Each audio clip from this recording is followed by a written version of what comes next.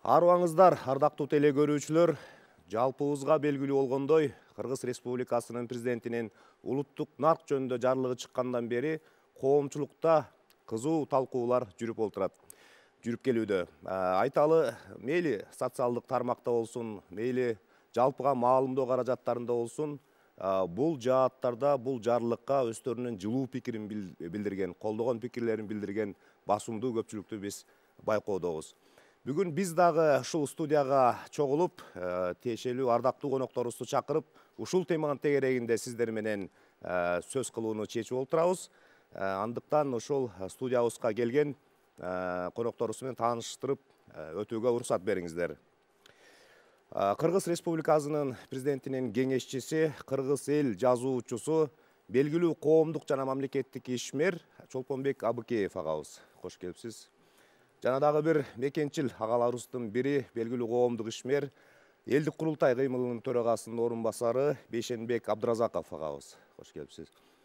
Ошондой эле бул жерде Бердибек Жумабаев деген аксакалыбыз отурат, белгилүү физик окумуштуу, Кыргыз эл аксакалдар кеңешинин төрагасы, белгилүү календарчы, жана дагы көп наамдарыңызды айтып берсек болот. Ага улай эле мына билим берүү тармагынан Мурат Иманкулов агабыз келип отурат. Билим берүү академиясы деген биздин ушул билим берүү багытында жакшы иш алып барган мекемебиз бар. Ошол мекемеде жетектөөчү илимий кызматкер болуп иш алып барат. Жана дагы урматтуу эле көрүүчүлөр, баарыңыздар жакшы билесиздер, Бак Дөөлөт коомдук фонду бар. Ушул улуттук дөөлөт жаатында көп алгылыктуу иштерди алып барып, кыргыз элинин өткөнү, салты, наркы жөнүндө элге, жалпы мамлекеттик кызматкерлерге лекцияларды окуп жүргөн фонд бар. Ошол фонддун өкүлү, жеке ишкер Авазбек Усубалиев агабыз да келип отурат. Биз бүгүн сиздерге сунуш киргизгим келип атат. Ушул ата наркы жөнүндө азыр жалпы сөз кылалы улуттук нарк жөнүндө, анан ошол ичинен ата наркы жөнүндө. Ата деген ким өзү? Кыргыз түшүнүгүндө ата деген ким болгон? Кандай ролду аткарган? Коомдогу функциясы, милдети, көтөргөн жүгү кандай болгон? Ушул жөнүндө дагы ушул теле көрүүчүлөргө бир маалымат берип олтурсак, анан биз ойлойбуз ушул берүү деп азыр цикл кылып тартабыз деп атат. Анан ушунун алкагында биз ушул жарлыктын негизинде иштелип жаткан улуттук программаны дагы ушул берүүлөрдүн алкагында ушундай чечмелеп коомчулукка жеткиргенге аракет кылабыз деп. Анан Чолпонбек агай, өзүңүздөн сөз баштагым келип олтурат, суроо бергим келип олтурат. Мына биз ушул өткөн жылы баарыбыз билебиз, Кыргыз Республикасынын конституциясынын жаңы редакциясы кабыл алынды. Ошондо преамбуласында ата-бабаларыбыздын наркын, салтын улап деген сөздөр жазылган. Ошондой эле мына өткөн жылы Кыргыз Республикасынын президентинин дагы бир жарлыгы чыккан, инсандын руханий, адеп, акылактык өнүгүүсү жана дене тарбиясы жөнүндө. Анан быйылкы жылкы ушул улуттук нарк жөнүндөгү жарлыктагы ушул өткөнкү жылдагы жарлыктын бир логикалык уландызы, бир мамлекеттик ырааттуу саясаттын бир белгиси катары дагы кабыл алып атабыз да. Анан мына ушул конституциябызда айтып калдык, конституцияга дагы ушул мамлекеттик катчы институту киргизилди. Мамлекеттик катчы институту кайрадан жанданып, өзүңүз ошол кызматта да иштеп калдыңыз. Анан мына келечекке кызмат деген китепти жаздыңыз. Айтор, азыр сизден ушул жарлыктын келип чыгуу негиздери жана жарлыктын озуйпасы учурдагы. Эми баарыбыз жакшы билебиз, мезгилдин талабы, учурдун чакырыгы бул дайыма бир нерсени жаратканга өбөлгө болуп келет. Анан ушул боюнча дагы жалпы маалымат берсеңиз. Андан кийин биз талкуубузду улантсак. Рахмат. Жана өзүңүз белгилеп айтып өтпөдүңүзбү, Кыргыз Республикасынын президенти Садыр Нуркожоевич Жапаровдун 2021 жылдын 29 январында номер 1 жарлыгы менен инсандын руханий, адеп, акылактык өнүгүүсү жана дене тарбиясы жөнүндө деген жарлыгы чыккан. Ушул жарлыкты ишке ашыруу максатында атайын концепция иштелип чыккан. Ал концепциянын мындай мамлекеттик деңгээлде ишке ашыруу үчүн анын иш чарасы да иштелип чыккан. Мына ошол концепцияда анан ошонун иш чарасында ушул адамды адеп акылактык жактан, руханий жактан тарбиялоо маселесинин ар тараптан кароо маселеси көтөрүлгөн да. мына ошону бекемдеш катарында жана өзүңүз айткандай логикалык уландысы катарында ушул бир нече жарлыктар чыкты. Мындан кийин да чыгышы күтүлүшү мүмкүн. Анын бири ушул улуттук нарк жөнүндөгү жарлык, ошо менен бирге эле Манас эпосунун үчилтигин терең изилдеп чыгуу жана аны жайылтуу деген жарлыгыбыз да чыкты. Мына ушулардын баардыгы ушул биздин ошол адамдын адеп ахлактык руханий байлыгын кеңейтүү жөнүндө биринчиси, экинчиси улуттук нарк жөнүндөгү жарлык болсо биздин мына көп жылдардан бери айтып келатабыз, ушул улуттук идеологиябыз жок, улуттук идеологиябызды жаратсак болот эле дегенчи. Мына ушул улуттук идеологиянын өзөгү ушул улуттук нарк жөнүндөгү жарлык болуп бермекчи да. Мына ушу жарлыкты менен таанышкандар билишет болуш керек. Мына 22-жылдын 1-сентябрына чейин атайын программа иштелип чыгат. Бул боюнчачы улуттук программа иштелип чыгып, анан ал коомчулукка сунуш кылынып, андан кийин анан ал атайын президенттин мындай тескемеси менен кабыл алынат. Мындайча айтканда кандай болуп ишке ашырылат, кандай каражат бөлүнөт, эмне болот деген сыяктуучу. Мына ушулардын баардыгынын чыгып атканынын башкы себеби, кайталап коеюн, биздин улуттук идеологиябызды жолго коюу болуп эсептелет.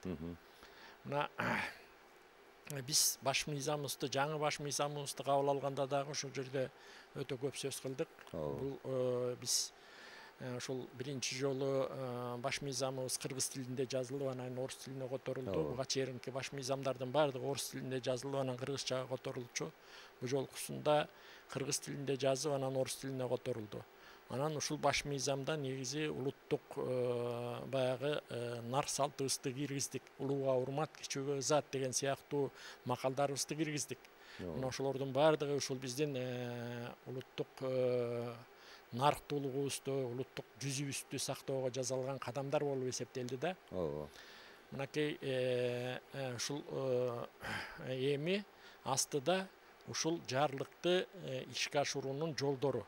Мына бүгүнкү талкуудагы айтыла турган ойлор дагы келечектеги программага кириши мүмкүн. Ушул жерде омоктуу ойлор айтылып калса, сунуштар айтылса, анда мына азыркы күндө программа жазылып атат. Мына ошол программага 1-сентябрда кабыл алына турган программага кириши мүмкүн да. Жана өзүңүз башында айтып өткөндөй, мен мамлекеттик катчы болуп иштеп турганымда ушул 3 чоң программаны ишке киргизгенбиз. Бул келечекке ынтымак биримдик менен, анан келечекке билим менен, анан келечекке нарктуулук менен. Мына ошол келечекке нарктуулук менен деген программаны бекемдеген жарлык болуп калды да булчу. Анткени бул баягы жөн гана программа жүзүндө кирсе, ал эми аны жарлык менен бекемдеп, ушул программаны мындай бир тереңирээк ишке ашыруу максатында тереңирээк изилдеп чыгууга карата кадам болуп эсептелет да.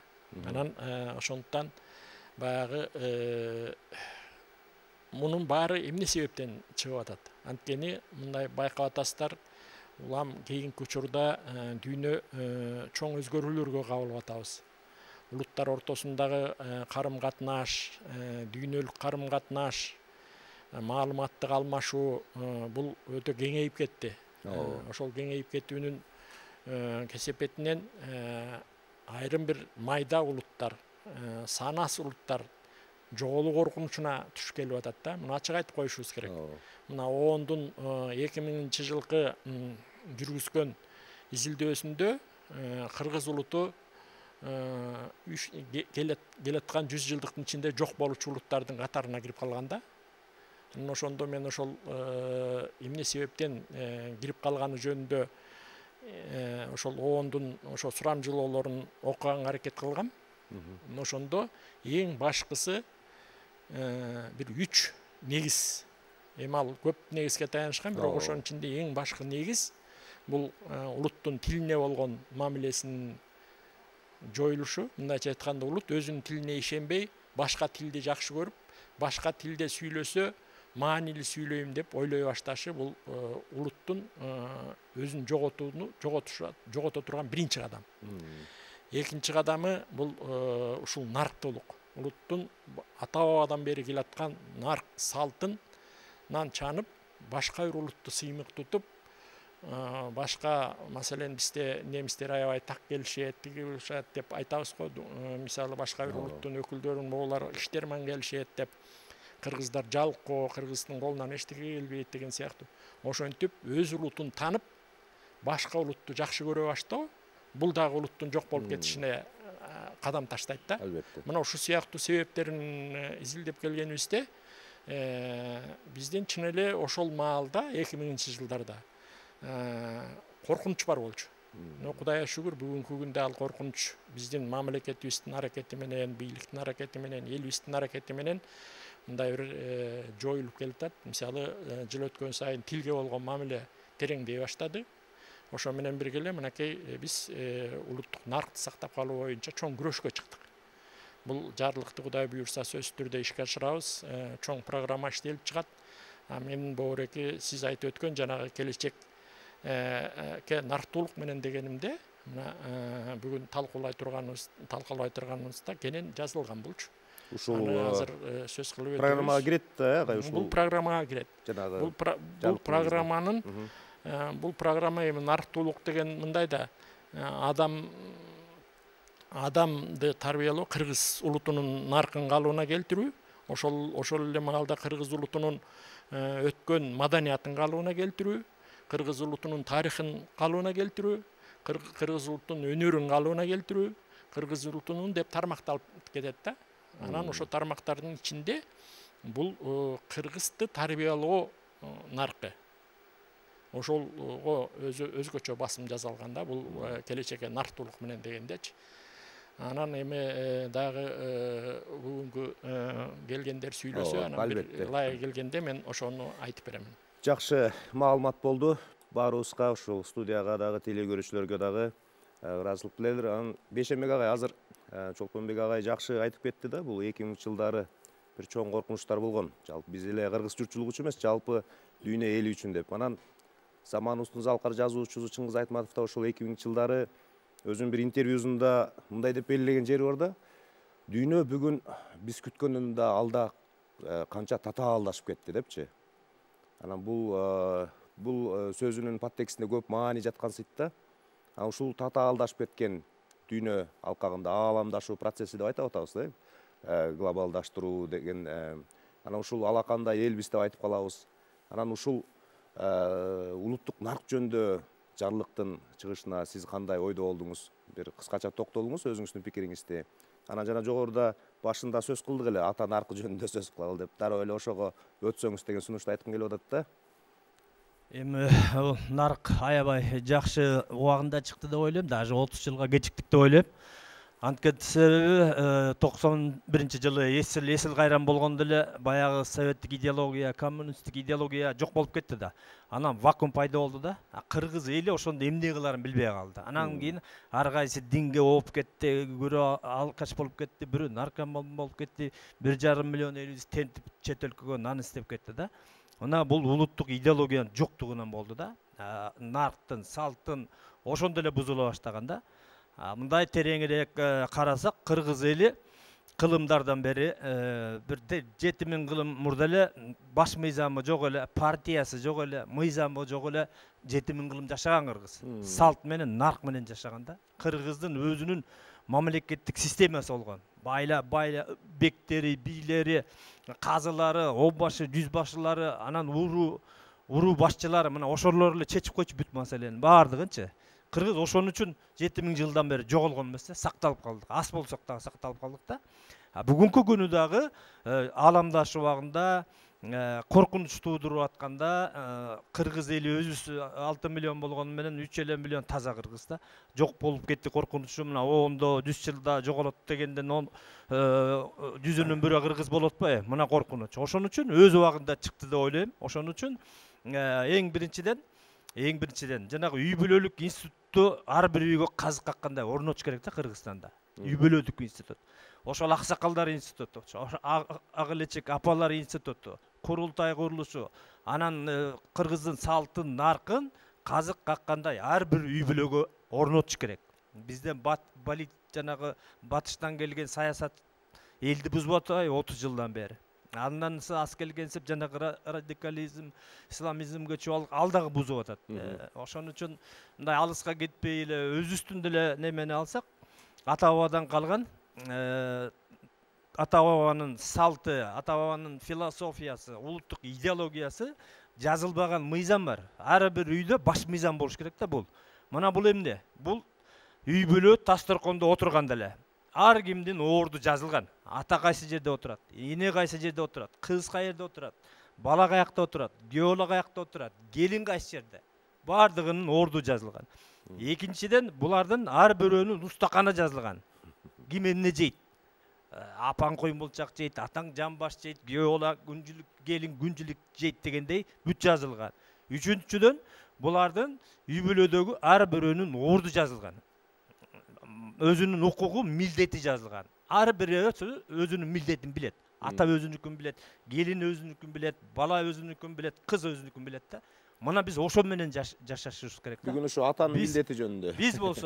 Биз болсо анын баарын унутуп коюп, баягы батыштын цивилизациясына киребиз деп, биз канализациясына кирип алдык да. Ошондон чыга албай жатабыз. Мына өзүңөр билдиңер, көрдүңөр, жөнөкөй киши эмес, баягы кыргыз элин башкарган ажообуз музейге жалаңач аял махабат көйнөкчөн аял деп коеюн, ошону алып келип айтып атат. Мына адабият дейт, денесиндеги жазуу адабият, музейде искусство дейт.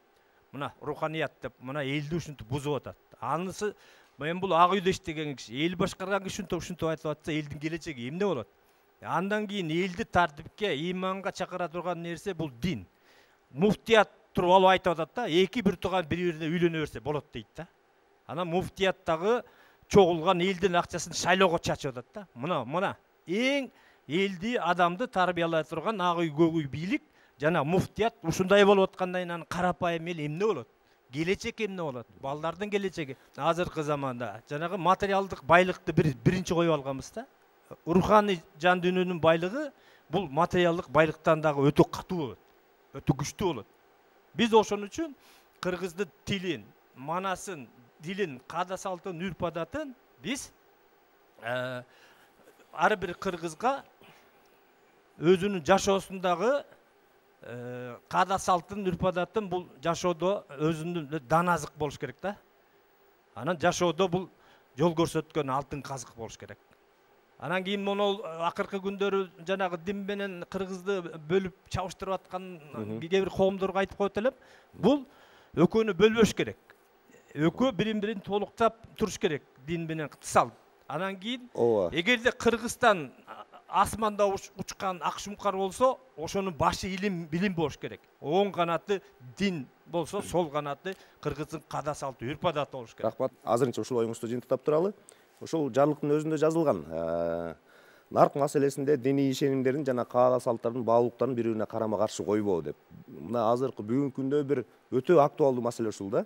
Жана сиз айтып аткан ойлор дагы бар, коомчулукта ушундай ойлор, пикирлер бар, бирок бул жарлыкта, ушул жарлыктын негизинде иштелип жаткан программада бунун баары эске алынат го деп, ушул ойлордун баары эске алынат го деген ишеничтебиз да. Бердибек агай, сиз жака сурай берели. Мына өзүңүз аксакалдар кеңешинде ушул аксакал аталар жүрөсүздөр, анан бүгүн нарктуулук темасында сөз кылып атып, бүгүн ата наркы жөнүндө, атанын милдети, атанын коомдогу орду, үй бүлөдөгү орду, жана Бейшембек агай жакшы айтып кетти, үй бүлө институту деп. Анан мына билим берүү өкүлү да отурат, буларда башталат баары бакчадан деген түшүнүк бар. Кээ бирлер айтат, жок, бакчадан, үй бүлөдөн башталат. Япондордо баягы энесинин курсагында, түз айткандай, ошондон баштап эле тарбиялайт деген дагы айтор көп. Бул жаатта, бул тармакта көп осуяттар бар, көп жакшы пикирлер бар, ойлор бар, алгылыктуу. Анан бүгүн биз ата наркы жөнүндө ушул мына өзүңүз дагы ушул аксакалдар кеңешинде ушул аталар менен бирге жүрөсүз. Ушул жаатта бир пикир айтсаңыз. Мынакей ушу кыргыз нарктуулук идеологиясы деп атайын ушу акыркы убактарда өзүбүздүн республикабызда ушул нарктуулук маселесин, курултай маселесин, элдик башкаруу маселесин көтөрүп чыгып аткан президентибиздин кадамдарына байланыштуу. Ошо кишинин ушу атайын тандап, мыкты мамгатчы шайлап, чыныгы нарыкты жакшы түшүнгөн, элге тарата алган, салмактуу кыргыз наркы жөнүндө маалымат бере алган кишилерибиздин кадамдарына байланыштуу буюрса ушу ишибиз оңолот го. Өзүбүздүн наркыбызга келсек, кандай гана жакшы болот эле деп анан ушу кыргыз нарыктуулук идеологиясы деген китепче жаздым. Мында ушу идеология деген эмне, кандай идеология болгон тарыхта, дүйнөдө, анан азыр кандай идеологияга өтүшүбүз керек. Ошондо ушу аягында ушу жыйынтыктап жазып келип көрсө, эң байыркы эл катары бардык кыйынчылыктарды, бардык жыргалчылыктарды өздөрүнө жараша басып өтүп келген кыргыз элинин нарыктуулугу дагы ушул өзүбүздүн мыкты азыр даже өзүбүзгө эле эмес, дүйнөгө керек идеология жаратууга жардам берет деген ушундай жыйынтыктап бүттүм. Анан эми нарык деген өзү азыр дегенде нарык дегенде биз бул нарык деген элдик касиет. Элдин касиети. Мисалы элдик нарык деген бар, маданияттын наркы дегенибиз бар, адамдын наркы дегенибиз бар. Толуп жатат, муну бөлө берсек болот. Бизге бүгүн эл наркы абдан маанилүү. Эл наркынан келип, дегенде мондай идеология жаралыш керек, уюттук идеялар жаралыш керек. Андан кийин ага ылайык анан конституция жаралыш керек. Биз аны башыбыздан деп атпайбызбы? Ошол логикада деле ошондой илимде нече ачылыштар болду. Чындыгында системалык метод деген бар. Өзүн өзү жөндөочүлүк жана самоорганизация деген илим жаралды.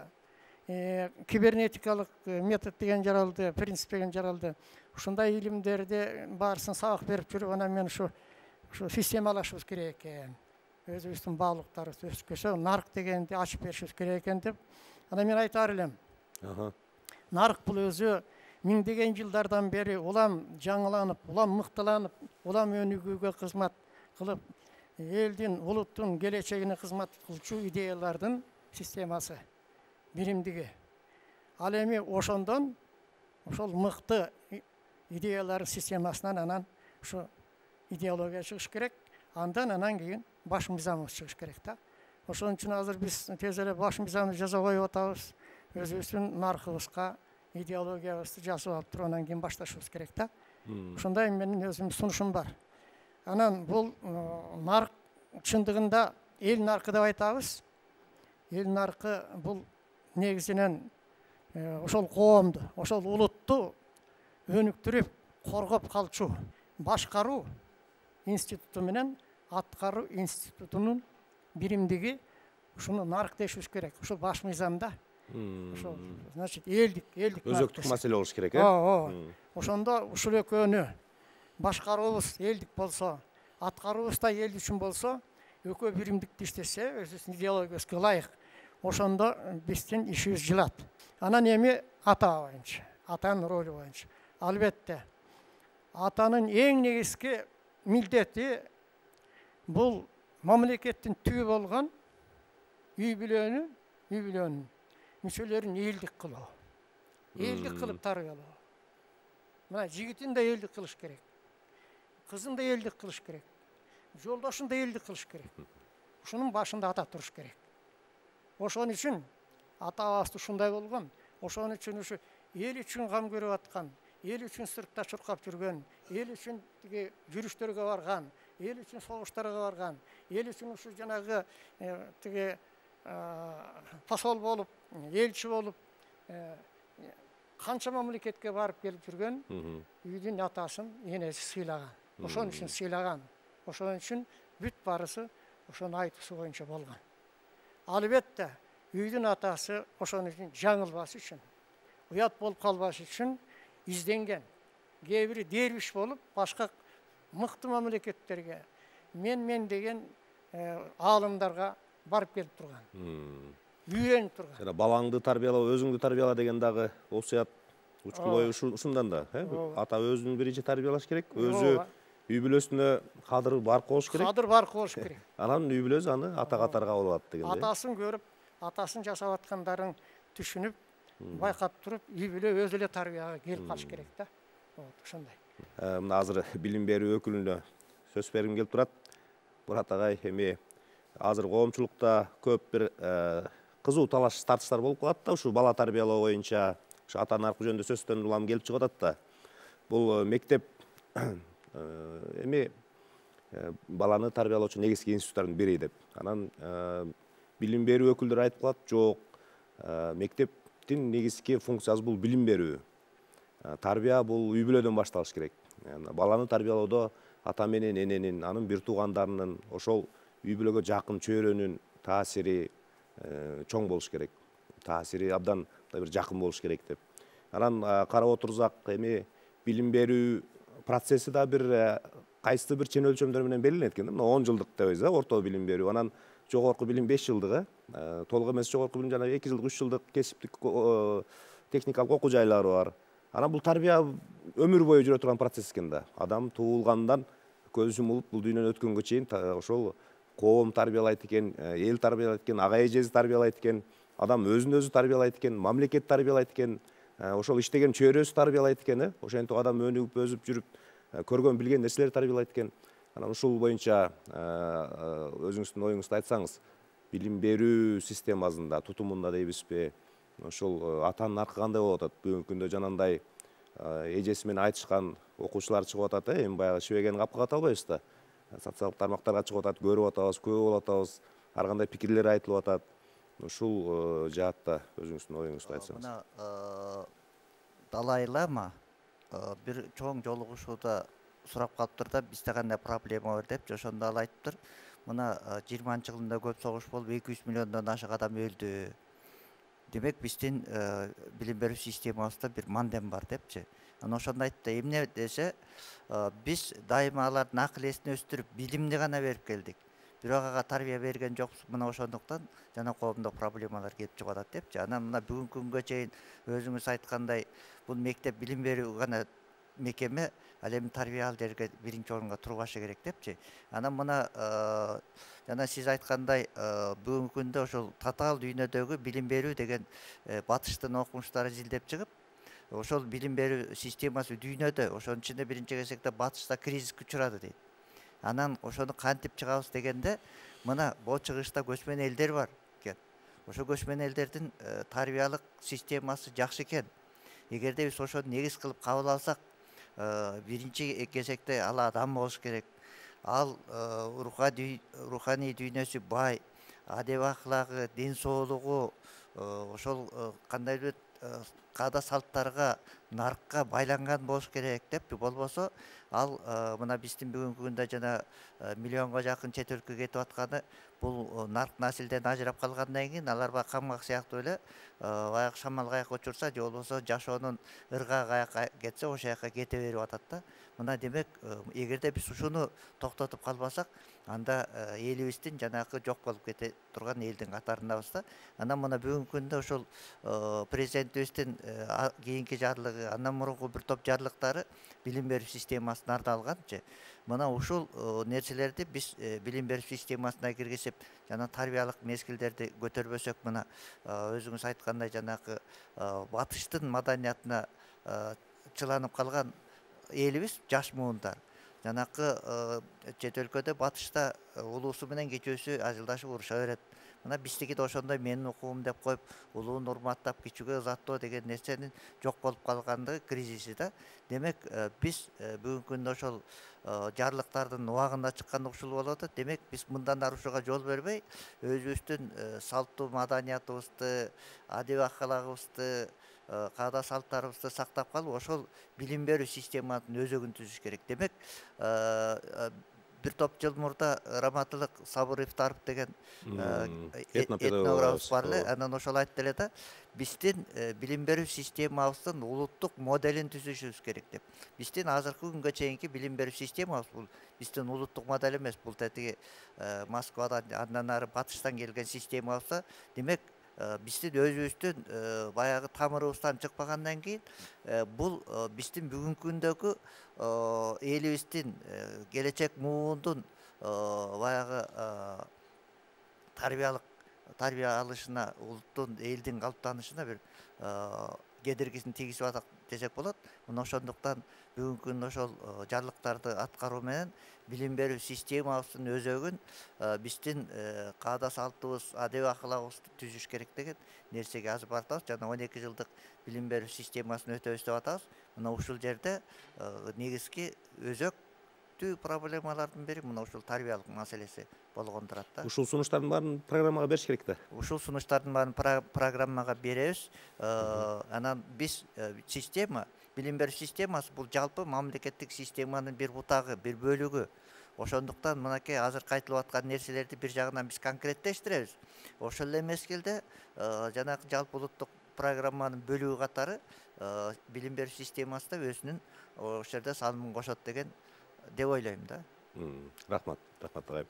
Бактуу эле коомдук фондун көпчүлүк адамдар билет кандай багытта иш алып барып атканыңыздарды. Негизинен ушул улуттук дөөлөттөргө, нарк баалуулуктарга басым жасап келесиздер. Анан ушул жана таанышуу баскычында да айтып өттүк. Сиздер ушул темага бөлүп коомчулукка мамлекеттик кызматкерлерге чейин лекция окуп жүрөсүздөр. Анан ушул сиздердин фонддо ушул баягы айрым бир маселелерди жакшы жиктеп бергенсиздер да. Мелис Мураталиевдин лекцияларын угуп калдык дегендей. Анан ушул ата наркы жөнүндө сизден дагы бир сурагыбыз келип атат. Ушул боюнча кандай сиздердин фонд, сиздердин көз карашта жүргөн адамдар чөйрөсү кандай көрүшөт? Бул жаатта да мындай китеп, балким китеп чыгаргансыздар. Мына азыр Сабыр Иптаров агабыз да айтып кетти. Амантур Акматалиев деген дагы чоң этнограф, окумуштуубуз бар эле. Ал кишинин ойлору, ал кишинин жазып кеткен китептери турат. Ошолдон пайдаланасыздарбы ушул коомдук фонддо өзүңүздөрдүн ишиңиздерге? Же өзүңүздөрдүн дүйнө таанымыңыздар, өзүңүздөрдүн баягы ишеним ынанымдардын негизинде элдерге лекция окуйсуздарбы? Жалпы маалымат берип өтсөңүз. Рахмат. Биринчиден ушул президенттин чыгарган жарлыгы мезгилдин талабына ылайык болду. Кудай буйруса ушул жарлык ишке ашат деп толук ишенимдемин. Мен биринчиден наркка кайрылып кетсем, биз тамырыбыздан баштасак, кыргыздар эң адамзаттын эң байыркы элдердин катарына киребиз. Биздин кыргыздын жолу аябай узак болгон, аябай маңыздуу болгон, мазмундуу болгон. Анан ошол жолдо көптөгөн кыйынчылыктарды, көптөгөн жашоолорду өткөздүк да. Бирде кызыл ук болуп чабылсак, бирде келебиз келип жакшы жашоодо жашадык. Ошол мезгилде кыргыздар 5 жол мамлекет курган экен. Бизде адамзатта андай элдер саналуу эле. Биринчиден могу Кытай булактарына таянсак, биздин заманга чейин 525-жылы, 201-жылы, 711-жылы, 840-жылы, анан 91-жылы биз мамлекет курууга жетиштик. Орто жерден көптөгөн актай барактар болду да. Мамлекетибиз жок кезде биз бөлөк бизден кубаттуу элдин астында жашоого акыйкатыбыз, азаттыгыбыз талашып, кызыл кыргын болуп, не деген чабыштарды өткөздүк. Ошондо бизди элди эл кылып, журтту журт кылып, кыргызды кыргыз болуп сактаган бул нарк. Анткени ошол биз нарктуулугубуз, элдүүлүгүбүз, ошол жана салтыбыз, тартиптүүлүгүбүз, жана ырааттуулугубуз ошол бизди эл кылып, журт кылып бүгүнкү күнгө чейин алып келди да. Эми так кесе ошол аныктама айтканга аракет кылып көрөйүн. Нарк деген эмне? Нарктын өзөгү салт түрөт. Салттын өзөгү бул тартип. Биз жогоруда айтып кеткендей, ушунчалык узак жашоону жашаганбыз. Жашоонун ак карасын тааныдык. Оң солун билдик, оору менен жеңилин билдик, жакыны менен алысын билдик, ачуусу менен татуусун билдик, күнгөйү менен тескейин билдик. Ошонун баарын жашообузда колдонуп, анан бирде канчалаган ашууларды ачтык, бирде туу көтөрсөк, бирде туткун болдук. Жашоонун баардык кыйынчылыктарын жеңип, эл гана ошондой акыл алганга татыктуу болот экен.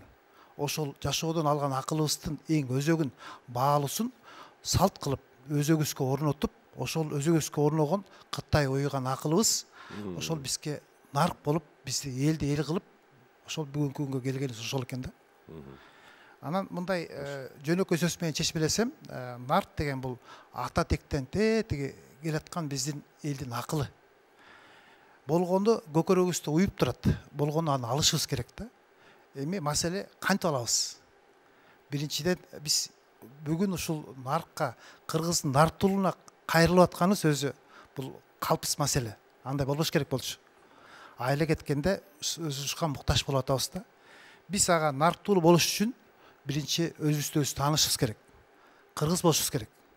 Ошол өзүбүздө көкөрөгүбүздө уюп жаткан акыл менен иштетип, ошо менен жашашыбыз керек деген ойду айтып келет да.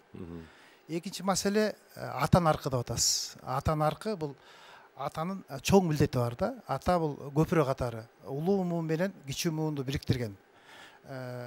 Же болбосо ата бул ата тектен келаткан мурасты кийинки муунга өткөзүүчү функцияны аткарат да. Атанын милдети чоң. Ал коргоочу, колдоочу, билим берүүчү, өстүрүүчү, өркүндөтүүчү үй бүлөнү милдети бар. Анан эң чоң милдети бул келечекте асыл, акылдуу, күчтүү урпактарды тарбиялоо деп түшүнөм. Рахмат. Чолтунбек агай, негизи эле Кыргыздын бир макалы бир кылымда жаралат десек туура болот го. Анан ошондой макалдарыбыздын ичинен ошол баягы ата аскар зоо, эне койнундагы булак, бала экөөнө тең шамчырак, ата көргөн ок жонот, эне көргөн том бычат, аталардын сөзү акылдын көзү деген сыяктуу бир топ макалдарыбыз бар да. Көп баягы интеллигенциянын өкүлдөрү айтып жүрөт, биздин идеологиянын өзөгү да ушул макал лакаптарда. Кыргыздын байыркы көөнө түшүнүктөрү деп, анан ушул нарк жөнүндө, салт жөнүндө сөз кылып атып, бүгүн ата наркы жөнүндө дагы кеп учугун улайлы деп атпайбызбы? Анан ушул боюнча дагы өзүңүз айта кетсеңиз. Мен жогоруда айтпадымбы, келечекке нартуулук менен деген бир чоң программа киргизилген депчи. Ошонун ичинен бүгүнкү темага кайрылайын мен. Түз так ошонун биринчи бөлүмү үй бүлөдөгү улуттук нарк деп аталат да. Анын башталганда эле ата наркы деп аталат. Баракелде. Мына ушул ата наркы эмнеден башталыш керек? Ата наркы ата болууга, үй бүлө күтүүгө даярдык. Анан атанын жоопкерчилигин моюнга алуу. Биз ушуну мындай көп учурда ушул сөзгө маани бербейбиз. Биздин жаштарыбыз да көп маани бербей эле мен үйлөнүшүм керек эле деп үйлөнүп ала коюшат. Ошондо баягы атанын жоопкерчилигин моюнга албай үйлөнгөн жаштарыбыз көп да. Мына ошондуктан мен муну баарын окуп чыккандан кийин анан кичине неме берейин. Атанын жоопкерчилигин моюнга алуу. Үй бүлө жоопкерчилигин моюнга алуу. Үй бүлө деген эмне? Ата болгондон кийин үй бүлө түзүлөт. Үй бүлөнүн ошол жоопкерчилиги кандай болот? Муну да моюнга алуу. Балдарын, урпагын ата наркы менен атуулдук наркка тарбиялоону түшүнүү, билүү. Өзүнүн урпагын, балдарын ата наркына, улуттук наркка тарбиялоону билүү. Өмүрлүк жубайына камкор мамиле кылууну түшүнүү, билүү. Мекен үчүн эр уул кыздарды жубайы экөө бирдикте тарбиялаш керектигин түшүнүү менен жоопкерчилигин кабылдоо. Үй бүлөдө ата мекенди сүйүү, эмгекти сүйүү, ынтымакты тутуу, ата наркын сыйлоо менен бирге өзүнүн ата катары үлгү экенин түшүнүү. Улуттун улуттук нарк салтты, каада касиетин сактоону, улуттук намысты тутууну, ата катары тукумга мурастоону үлгү тутуп түшүнүү. Ушулардын баарын тукумга мурастап кете турган ата. Уул баланы атанын наркына тарбиялоо. Эркек балдарын ата наркына, келечекте сен ата болосуң, үй бүлө күтөсүң деп ошого тарбиялоо. Кыз балага аталык үлгү болуу. Кыз бала атам деп сыймыктангыдай үлгү болуш керек да. Мына ушул нерсенин ар бирине өзүнчө китеп жазылыш керек. Өзүнчө чоң макалалар, чоң чыгармалар, ата изилдөөлөр жүрүшү керек. Мына мисалы ата болууга, үй бүлө күтүүгө даярдык дегенге келгенибизде, мына жаштарга өзгөчө келечекте кантип ата болосуң? Ата деген эмне? Ал милдет эмне? Ал эмне кылышы керек? Анан атанын жоопкерчилигин деген эмне? Муну кантип моюнга алууга болот? Сен ушул үйлөнөрдүн астында, үй бүлө күтөрдүн астында ошол ата жоопкерчилигин моюнга аласыңбы? Мына керек болсо баягы үйлөнүп атканыбызда 2 жаш үйлөнүп атканда ошондо аталардан сурашыбыз керек. Ата жоопкерчилигин моюнга аласыңбы сен? Үй бүлө күтүү жоопкерчилигин моюнга аласыңбы сен депчи. Мына ошондо биз ата наркына түшкөн болобуз. Мына ушулардын баардыгын мына бул китепчеде жазылды. Эми мунун баары жанагы программага Кудай буйрса кирет. Анан ошонун ичинде мына биринчи бөлүмү ушул үй бүлө нарк. Үй бүлө нарк бул өтө чоң улуу нарк. Кыргызды кыргыз кылып турган, кыргызды өзгөчөлөнтүп турган, башка улуттардан биздин өзгөчөлүгүбүздү көрсөтүп турган бул үй бүлөдөн башталат. Анан ушул үй бүлөнүн ичинде анан жана бекер жеринен сөз айтылбайт. Бул мамлекет бир кичинекей үй бүлө депчи. Мына ошол сыяктуу баягы ушул биздин ата бабадан келаткан наркыбыз, үй бүлөлүк наркыбыз, улуттук наркыбыз, улуттук иденттүүлүгүбүз. Ушунун баардыгы ушул үй бүлөнүн ичинде жаралат. Анан ошол үй бүлөнүн эни наркы, ата наркы, анан бул жерде андан ары үй бүлө күтүүдө ата эненин наркы, экөөнүн, анан бала наркы, бала кандай болуш керек, бала да өзүнүн жоопкерчилигин кичинекейинен сезиш керек. Мына ушинтип барып баягы ушул үй бүлө наркына негизделген да. Мына ушулардын атасын көрүп билип алыш керек да. Ар бири өзүнчө китеп болуп, ар бир абзац өзүнчө китеп болуп жазылыш керек да. Мына ошондо биз баягы байыртадан келаткан улуттук жүзүбүзгө кайра кайрылабыз. Биздин мисалы улуттук өзгөчөлүгүбүзгө таң калгандар, бир башка улут экенсиңер деп сыймыктангандар көп. Биз Кудайга шүгүр баягы бүгүнкү күндө таптакыр жоготуп жибере элекпиз. Мына чет өлкөдөн келгендер көп учурда кыргыздардын меймандостугуна, анан уй-боорлугуна, бири-бирине болгон мамилеге аябай мындай бир маани беришет да. Силерде башкача экен деп. Мисалы, мына 2 жыл мурда өзүңүздөр билесиздер, жана аты жаманы оору келип, элибизди каптаганда мамлекеттен мурда эл көтөрүлдү. Бири-бирине жардам берип, көчөдө канча жаштарыбыз машиналар менен ооруканаларга ооруп аткан кишилерди ташып, чет өлкөдө иштеп жүргөн балдарыбыздан бери каражаттарына нечендеген дарыларды сатып алып жөнөтүп, мындайча айтканда мамлекет биякта калып калды. Эл өзгөчө чоң бир эч ким деле мындай уюштурган жок. Өздөрү эле жапа тырмак чыгып эле, өздөрү эле бирин-бирине тааныбаган эле адамды больницага, ооруканага алып барып жаткырып, ушундай кылып, бул ошондо дүйнөдө көп адамдардан, орустардан, башка өлкөдөн, чет өлкөлөрдөн көптөгөн макалалар чыкты кыргыздардын улуттук өзгөчөлүгү жөнүндө. Ушунун өзү нарк го агай. Ушунун өзү нарк го дейм. Ушунун өзү нарк. Каныбызда билинбей жүргөн. Каныбыздагы нарк. Ооба. Биздин моурекке ата наркы. Кыйын күн түшкөндө ата наркынын, эни наркынын, бала наркынын, үй бүлө наркынын ичинде жаткан нерсе. Бул ошонун тарбиясы ата бабасынан калып калган баягы көчмөндүк өзгөчөлүк. Көчмөндөрдөгү өзгөчөлүк эмнеде болгон? Көчмөндөрдөгү өзгөчөлүк ынтымактуулукта болгон. Анткени көчмөн турмуш бул өзү өтө бири-бирине ынтымак менен, бири-бирине камкордук менен, бири-бирине жардам берүү менен болбосо, анда көчмөндөрдүн жашоосу кыйын болуп калмак. Анткени алар көчмөндөр ашык дүйнө жыйнабайт. Бул боз үйгө, анан боз үйдүн ичине баткыдай дүйнө менен эле көчүп жүрөт. Көп учурда мал, алардын дүйнөсү малга. Жут болуп калганда, кыйынчылык болуп калганда малдын баары кырылып калган учурлар болгон. Ошондо тиги башка жердегилер ошолорго малын айдап келип берген. Мына, силер эми моундай кыйынчылык келди башыңарга, малыңардын баары кырылып калыптыр. Бирок биз барбыз го. Мына деп туруп малдарын айдап келип, баягы ошолорду кайра малдуу кылып койгон. Кийин тигилерге машина түшсө, кайра ошолорго алып барып, ушундай баягы көчмөндөрдөгү бири-бирине болгон жан тартуу, уй-боорлук, ушундай мамилелер бизде бүгүнкү күндө каныбызда сакталып калган. Ошол ойгонуп кетип, баягы улуттун башына кыйынчылык түшкөндө ошол ойгонуп кетип, жанагылар жаралды да. Мына ошондуктан биз мынакей бул улуттук нарк жөнүндө деген жарлыктын чыгышында дагы ушул ар бири сунуш кылабыз, ар бири китеп болуп жазылсын деп. Мына мисалы окумуштууларга, жазуучуларга, психологдорго, ушул баягы ушул тарбия таалим жөнүндө чыгармалар жазып жүргөндөргө, ушул мынакей ата болуу үй бүлө күтүүгө даярдык деген эмне, ошо боюнча чыгарма жазып бериңиздер деп баягы сунуштар айтылат да. Ошондуктан бул Кудай буйрса бул жарлыкты ишке ашырууда көп жолдор бар. Ушул берүүнү да уюштуруп атканыңыздарга сиздерге рахмат айтмакчымын. Анткени ушундай кылып бул нарк деген өтө бир кыргыз элинин океаны.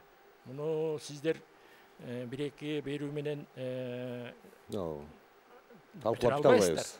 Анткени бул жерде мынакей бүгүн ата наркын четин ой албай атабыз. Ал эми эртең эне наркын өткөнүңүздө андан да тереңдеп кетет. Анан бизде боз үйдүн наркы бар, кол өнөрчүлүктүн наркы бар, башка дагы куш салуу өнөр нарктарыбыз бар. Жүрүм турум наркы бар. Жүрүм турумдун наркы бар. Сөз наркы, кеп маданияты дейбиз о. Эми бизде кыргыз бекер жеринен жанагы айтпайбыз да, бир 8000 жылга жакын жашаган улутпуз депчи. Биздин 8000 жылдан бери келаткан тарыхыбызда бермет болуп, уюган алтын болуп, ошол уюп агылып мыктылары кала берген. Элен каныбызда, колубузда. Анан акыркы жылдарда кичине алыстай баштаганбыз. Кудай мына дын жардамы менен эгемен мамлекетибиз болгондон кийин кайра ушунун баарын калыбына келтирүү маселеси жаралды. Мына ошону калыбына келтирип, кайра улут катары өзүбүздүн жүзүбүздү таанып, мына келечекке нарк толук менен деген программанын башында жазылган. Биз мындай биринчи өзүбүздү тааныйлы депчи, кыргыз экенибизди тааныйлы. Мына дүйнөдө мындай болуп кетти да, адамдар техникага өзгөчө маани берип, техникалык өсүштү астыга коюп, техникалык жетишкендиктер болсо, мына телефон чыкты, сотка деген телефон чыкты, ракета менен айга учуп атабыз, интернет чыкты деп таң калып, бирок ошол эле маалда адам катары өздөрүн экинчи орунга коюп койгонда, адам майдаланып кеткен. Адам жанагы техникалык илимий өсүштүн астында калып калган. Андай болбош керек эле. Тескерисинче адам биринчи орунда, техникалык өсүш ага кызмат кылыш керек эле. Адамга кызмат кылыш керек эле. Бизге кызмат кылыш керек эле. Биз ошонун тепсенисинде калып, анан өзүбүздү тааныбай калдык да. Ошондуктан мына ушул бул келечекке нарк толуктуу деген программанын башында ушул баш сөзүндө ушул айтылган, ушул жазылган. Ошол дагы программага келечекте кирет. Анткени адамдар биринчи кезекте адам болуш керек. Чыңгыз Айтматовдун улуу сөзү бекер айтылган эмес, канткенде адам улуу адам болот дегенчи. Бул улуу сөз.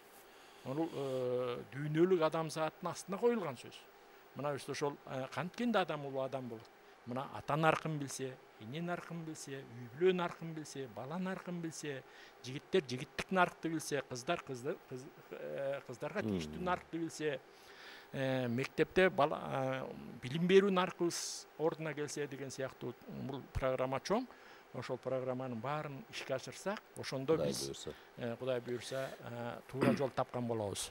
Бул жерге мына чулуу жакшы ойлор жазылыптыр. Негизинен азыр өзүбүз баарыбыз көп болдук. Негизинен өзөктүү маселелер жалпысынан жазылыптыр. Буну чечмелеп аткарууга, программага киргизүүгө жапатырмак аракет болсо эле Кудай буйрса ишке ашат деген изги тилектебиз. Бейшенбек ага жана өзүңүз да жакшы айтып кеттиңиз.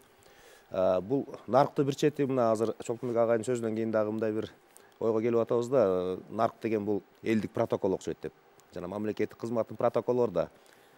Мамлекет башчы каерге туруш керек, каерде барып сүйлөш керек, каерде отуруш керек, андан кийинки тепкичтеги кызматчылар дегендей.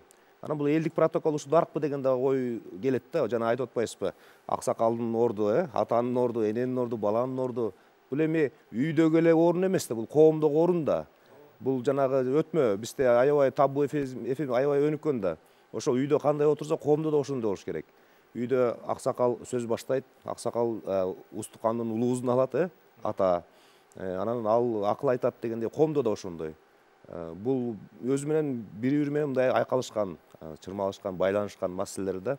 Анан ушул боюнча дагы өзүңүздүн оюңузду айта кетсеңиз, ушу ата наркына жана кичине сөз жетпей калдык эле, сиз жалпы сөздөрдү айтып, ушул боюнча оюңуз. Өзүңөр билгендей, кыргыз байыркы түптүү нарктуу эл да. Ошол байыртадан бери Ana ayttık qotuq baş mыйзамы партиясы мамлекети жок эле кыргыз 12 кылымдан бери жашап келаткан кыргыз. Бир гана ошо салт менен нарк менен. Бул салт нарк кыргыз үчүн мыйзам болгон да, баш мыйзам болгон. Мына ошону аткарып эле ошону менен жашап келатабыз да. Азыркы эми президентибиз дагы жакшы, ошол адеп акылак деп, нарк деп мыйзам түрүндө чыгарып атат. Бул дагы жөнөкөй жөн чыккан жок да. Бул да 30 жылдан бери элибиз каяка баратканын көрүп, билип туруп анан ушуну кол койду да. Мына 30 жыл мурда кыргыз кандай эле? Кыргыздын кызы тамаки тартчу эмес, арак иччү эмес, сойку болчу эмес. 30 эле жыл мурда. 30 жылдан кийин эмне болот? Мына ушунун баарын президент көрүп туруп анан чыгарды могу. Эми биз өзөгүбүзгө качышыбыз керек да. Мына Чыңгыз Айтматовдун сөзүн айтып атабыз. Бул кылымдардан бери ата-бабадан калган нерсе бар. Өзү негизи адамзаты биринчи жаралганда эле кыргыздар ушундай мыйзам менен жашашкан. Кыргыздын дүйнө таанымы, кыргыз өзү негизинен табият менен киндиктеш болгон да. Анан табиятка жакын болгон. Ошон үчүн кыргыздар эч убакта эки нерсеге жамандык кылган эмес да. Эң биринчи адамдарга, адамзатка жамандык кылбаш керек. Экинчи табиятка, жаратылышка жамандык кылбаш керек. Мына ушуну ата-баба өмүр бою баласына, небересине, чөбөрөсүнө муундан муунга куйган да. Ушу эки нерсеге жамандык кылбады. Азыркы күнү эми баягы Советтер Союзу кулап, анан экономикалык, базар экономикасына өттүк, капитализмге өтүп атабыз. Ошондо экономика байлыкка ооп кетти да элдер. Материалдык байлык өтүп кетти дагы. Баягы руханий жан дүйнөнүн байлыгы четте калып калды да, анан эл бузула баштады да. Эми ошон үчүн негизини түпкүрүгү мына бул адеп акылактын, нарктуулуктун түптүүлүгү 5 жыл болобу, 10 жыл болгондо биз кандай адамды тарбиялашыбыз керек? Биз адамзаттын асыл сапаттуу адамдар жашаш керек. Бул эмне деген? Бул адамгерчиликтүү, ыймандуу, илимдүү, билимдүү, көрөгөч, адилеттүү, акыйкат, айкөл адамды тарбиялашыбыз керек да. Жыйынтыгы ушу менен бүтүш керек. 5 жыл болобу, 10 жыл болобу. Биз мындан ары жанагы майдачылык, кара курсактыктан өйдө көтөрүлүшүбүз керек да, өйдө төмөн көтөрүлүш керек. Албетте эми жумуш, турмуш, тагдыр, жашоо өтө берет. Бирок кыргыздын келечегинде 100 жылда бир жагында бир 3 вариант бар да, 3 жол бар өсүп өнө турган. Биз биринчиден могу радикализм, экстремизм жолуна түшсөк, Афганистандай мамлекет болобуз да. Экинчи жол биз 30 жылдагы баскан изибизди кайталасак, 100 жылда 3 жолу. Омтип 3 төңкөрүш кылып, 32 өкмөттү талкалап, 5 президентти кубалап камап самак, биз Сомалиде болобуз. Жок болуп кете турган мамлекетте болобуз да. Бизде бир эле жол бар. Кылымдарды караткан ата-бабадан келаткан жол бар. Ата-бабанын жолуна түшсөк, биз салттуу, ооматтуу, дөөлөттүү, нарктуу, улуу кыргыз каганатындай мамлекет болобуз да. Ошондо гана биз күчтүү мамлекет болобуз. Баракелде. Рахмат. Аксакал агайыбызга сөз берип, бүгүнкү берүүнү жыйынтыктасак, көп эле ойлор айтылды. Эми жана айткандай кептин сөздүн учугуна жетпейбиз. Бараллап айткан турбайбы, бул кыргыздар түнү менен эле тынбай сүйлөшө берет экен, сүйлөгөндү абдан жакшы көргөн эле экен. Анан сүйлөгөндө да ушундай уккулуктуу куюлуштуруп сүйлөйт экен, бир теманы баштаса таң атканча сүйлөйт экен деп. Анан өздөрүнүн сүйлөө маданияты болот экен, улуусу сүйлөйт, анан улап жүрүп отурат экен. Анан бүгүн да биз бул 2-3 саат болсо да ата наркын аягына чыкпай калышыбыз мүмкүн, бирок негизги өзөктүү маселелерди айттык го деп ойлойбуз. Анан өзүңүз бир жыйынтык пикир билдирсеңиз. Менин оюмча 1293 жылы мамлекеттүүлүгүбүздөн ажырагандан кийин эне сайылык кыргыздарыбыз өзгөчө. Ошондон кийин мамлекетибиз жок жүрүп, анан наркыбыз ушунчалык төмөндөп кетти. Эмне үчүн? Анткени көз каранды болуп, башка империялар көз каранды болуп, ошолордун маданияты баары бир басымдуулук кылып, мыйзамдуулук кылып, ошентип отурушуга келдик. Ошондо дагы канча баалыкту сактап калдык. Азыр эмне кылышыбыз керек ошондой болбош үчүн? Азыр эгерде биз наркыбызга өтөлү десек, нарк мыйзамдуу күчкө келиш керек. Кантип? Мынакей нарк дегенибиздин негизги түзүүчүлөрү азыр Курултай институту болгон Кыргызстанда. Наркыбызда. Эл башкаруу, эл күтүү наркыбызда. Курултай институту болгон, хандык институт болгон, бийлер институту болгон, аксакалдар кеңеши болгон. Мына биз ушуга келишибиз керек азыр. Ошондо ошолордун эң башкы 3 азыр бөлөк салак 3 бийлик болуп атпайбы батышта. Мисалы сот системасы, мыйзамчылар, анан кийин президенттік институт. Мына ушу үчөөнү тең курултай мыкчып башкарып турган. Ошондо негизги лозунги эмне болгон? Негизгиси хан бийлигинен нарк күчтүү делген. Мына ошол курултайчылардын учкул сөзү, курултайчылардын карманган сөзү болгон. Хан бийлигинен нарк күчтүү. Мына ушул сөздү азыркы президент айтып келатат, туурабы? Биз курултайга отчет беришибиз керек деп. Азыркы мамгатчыбыз болсо ушул сөздү кайталап атат, хан бийлигинен нарк күчтүү деп. Жарлыктын кириш сөзүндө да бар ушул. Көрдүңөрбү? Анан ушу айтайында биз дегенде ушул 4 институту өзү наркка туурлап туруп конституция кабыл алышыбыз керек башымыздан. Ошондо гана келебиз.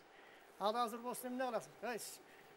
Жанагы ГКМБ милицияларга могу наркыбызда мындай жок эле могуну бирдемке кылбайсыңар десе, жарыктык. Конституцияда болсо биз ошону коргойбуз, же болбосо биз коргой албайбыз. Сиздин наркыңызды деп айтышат. Бул туура да. Ошон үчүн ушуга өтөлү. Урматтуу кеңешчи, сизге атайын кайрылып атам. Ушул жердеги бизде болгон сөздү жеткизсеңиз, өзүнүн максаты ушундай эле да, туурабы? Азыркы Садыр Нуркожоевичтин. Ошого жетишсин болгондо дагы эң императив чечим кабыл алуучу курултайга барышыбыз керек. Ошону чогуу формировать этели. Ошондон баштайлы. Анан мыйзамыбызга келсе, анан жанагы милиция болобу, ГКМБ болобу, анан ошолор мыйзамдын алкагында иштей баштайт. Коргойт. Рахмат, ыраазычылык билдиребиз. Ошол, рахмат. Өзүңүздөр көрүп болгондой, бүгүн биз Кыргыз Республикасынын президенти Садыр Нуркожоевич Жапаровдун улуттук нарк жөнүндө жарыкка чыккан жарлыгынын негизинде ошол теманын тегерегинде сөз кылганга аракет кылдык. Жана ушул жарлыктын алкагында иштелип чыгылуучу улуттук программага дагы ушул жерде студияда айтылган өзүбүздүн сунуштарды бергенге аракет кылдык, келген чакырылган коноктор тарабынан. Окумуштуулардын пикиринде 3 өзөктүү түшүнүктү айтып жүрүшөт. Бул улут кылып сактап жүргөн. Бул албетте ар кандай трактовкалар. Биринде мындай сөз бар. 3 өзөктүн биринчиси бул улуттук тил, экинчиси улуттук тарых же эс тутум, үчүнчүсү улуттук нарк деп. Андыктан ушул улуттук наркыбыз дайыма өзүбүздүн кан жаныбызда көөнө көрөнгөбүз менен бирге жүрсүн, элибиз эсен, наркыбыз бекем болсун.